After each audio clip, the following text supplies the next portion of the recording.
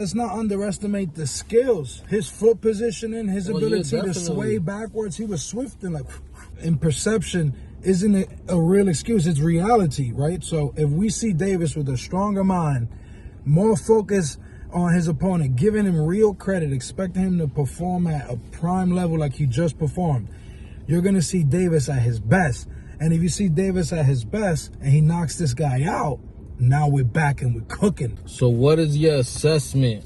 We're going to talk a little bit about Tank-Roach and what we see, not just in this last fight, but in his overall career. Like, what is our assessment? How do you feel about his performance and his overall level in the playing field of 135 now? Because he did step up. And you could say 130 because most of his fights was lower weight classes. So we could say between 130 and 135. He did say something about Shakur Stevenson. Where we see him forward, and how do you rate him against Stevenson too as well? Well, before I get into his individual performance, I just have to say to the fans, to all of us, this is a lesson. There's a difference between a cab driver, a scrub, a bum, a Uber driver, however you want to refer to a bum, and a no-name. A who? A Tingus Pingus. Who the fuck is Tingus Pingus? So to speak, you know what I'm saying? Someone you don't know, but clearly is talented, great. Sometimes you get drafted a random name and you go, what? Oh yeah, who is definitely. This guy? You know what I mean? Definitely, this is a cherry picked wrong. And from the beginning, I felt like he was a high risk, low reward kind of fight because he had skills and he showed that championship grit in previous fights. Even in his loss with Jamel Herring, he did very well towards the end and won the last 2 rounds, almost got a knockout win. This guy has been in some tough fights, but he always does well towards the end of the fight, and he makes adjustments. So that's a tough fight. So you might as well just fight one of the top names who got a big following along with the record. So that way when you fight him, you can make a lot of money. I don't think this fight did bad. I don't know what the pay-per-view numbers is or nothing like that. Right. But it was definitely a very good fight. And I think people tuned in because they knew, even though he's not giving us, Tank Davis is not giving us the fights that we want to see, this will be a good fight if you know who Roach was before the fight. Yeah, and like you said, they fought in the amateur, so I see the logic of you calling it a cherry pick because we all viewed it as that. But it's not like, and that's the thing we need to be careful of.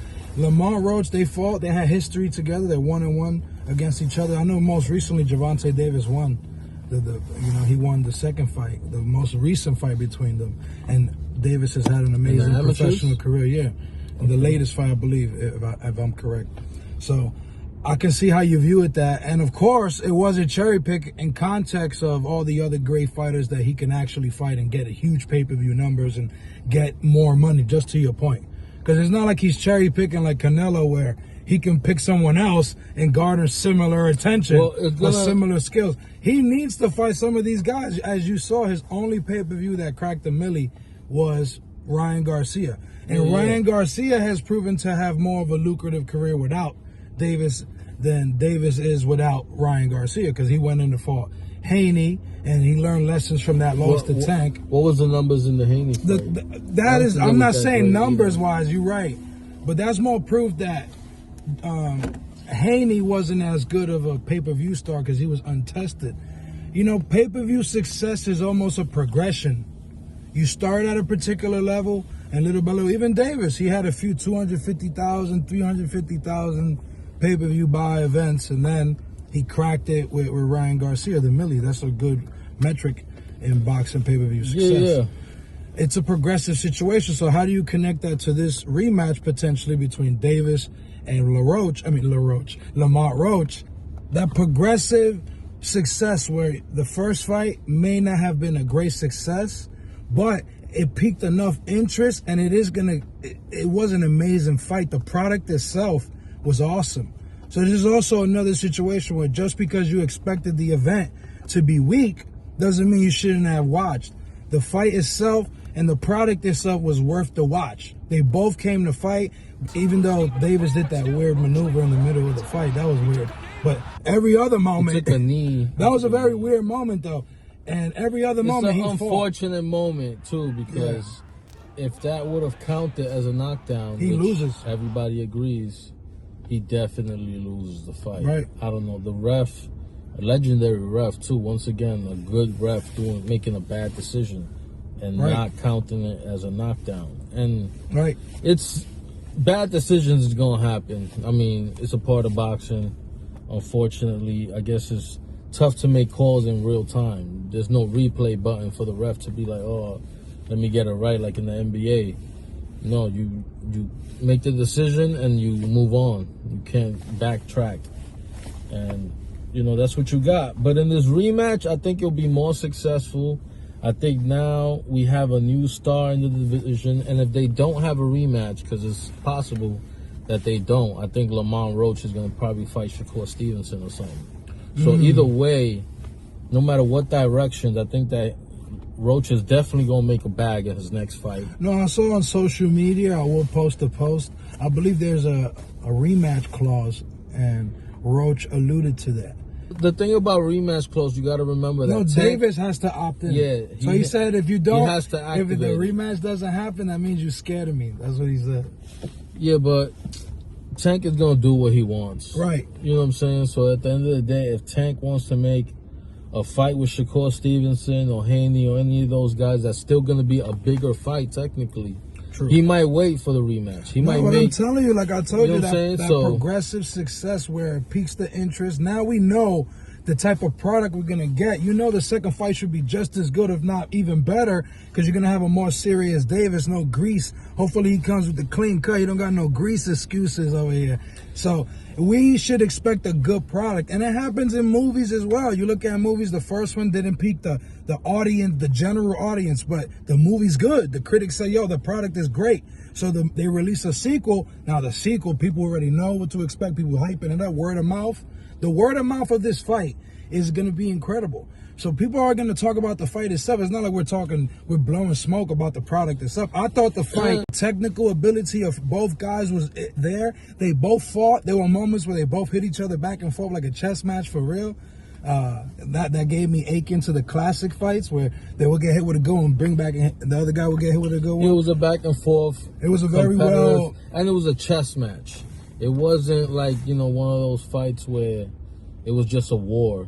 So you got a little bit of both, and they both showed their skills. So I think that Lamont Roach, like I said, he's a star now. He's produced very good fights in the past. True. So no matter what, if he wins, loses, he's going to dig deep. He's going to give it his all, and you're going to see good fights from him in the future. I don't see him as being like one of those, you know, world champions in multiple divisions, but I do see some very good fights for him, and, you know, I'm interested. I'm intrigued in the future. So well, then you're thinking about it in the grand nature. I'm just thinking about you got to take advantage of this opportunity, and you got to try to secure that rematch if I'm Lamont Roach. Just because that money should be right, you know, they're going to pay him well. Davis is going to be motivated, and if he beats Davis again, I mean, if he can actually get this victory against Davis the second time, there's no fluke accusations. Hopefully there's no controversy in the judges' scorecard if that reaches 12 rounds. But you're going to see a more confident Roach. So you're going to see a more focused Davis, but a more confident Roach. So this fight's going to be quite interesting. It's going to be an immovable object versus a fucking train moving at the speed of light, because it's going to clash. The most interesting part about Roach is that he has a really solid chin. Right. That was very surprising how well. He's going to be able to take more blows from, you know, paws. He'll be able to take more punches than your average Tank opponent. You know what I'm saying? Like, the interesting part about Shakur Stevenson is that he gonna hit and make you miss. But you also gotta let's not underestimate the skills. His foot positioning, his ability to sway backwards. He was swift and like in perception. Isn't it a real excuse? It's reality, right? So if we see Davis with a stronger mind, more focus on his opponent, giving him real credit, expecting him to perform at a prime level like he just performed, you're going to see Davis at his best. And if you see Davis at his best and he knocks this guy out, now we're back and we're cooking. And you got Davis at a supreme level. But it all depends. This is the inches and the centimeters of the fight game, and we're gonna see how that rematch comes. And my eyes are wide open, just like a sequel to a big movie. I cannot wait for the rematch. We got a story to tell. This only adds to with the amateur background of the storytelling. They grew up together. They have respect for each other. If you notice, they got love for each other. They have like love of a war. It's like the love of war. So they have there's no fakeness. There's no fugaziness in here. This is pure, unadulterated, adult male fucking warfare.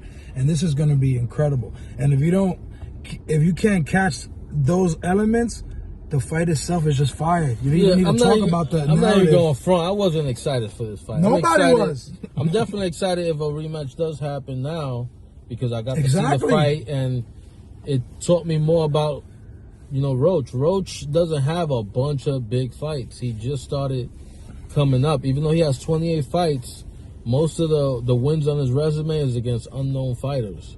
And when he did step it up, he got his first title shot.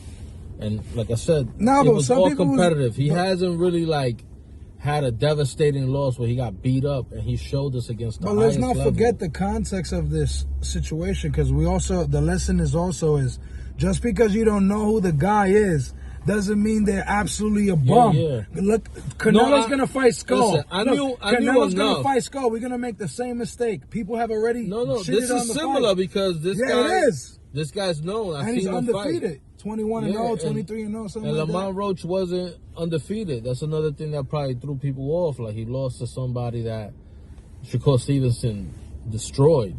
But this guy does have different qualities where he's more hittable, but he also got a great chin. So he's going to be able to bang with some of the best of them, and we'll see what the future holds. Like I said, I see him in a different light right now after being hit with some good shots from Tank Davis and taking it and moving forward and then giving him some work. So he put hands. Did he? And Tank, we'll see what he does. You know what I'm saying? If his mind and heart ain't in it, this could be his last fight. No, it's true. And shout out to Four Corners Boxing. I'm working on a video where they were asking a bunch of the fans while they're walking out of the arena in the Barclays Center. In the Barclays Arena, what's it called? Barclays Arena? And I'm telling you, it was 50-50. A lot of people thought Tank won, a lot of people thought Roach won. So it's like, you get in here, it was a 50-50 fight. It was like Davis, without a doubt, he's going to win, knock him out into a 50-50 outcome. And that's how the draw is justified. It's not like, in my opinion, I believe the draw is justified, especially considering that they didn't give him the knockdown. Had they given him the knockdown, you got to give it to Roach.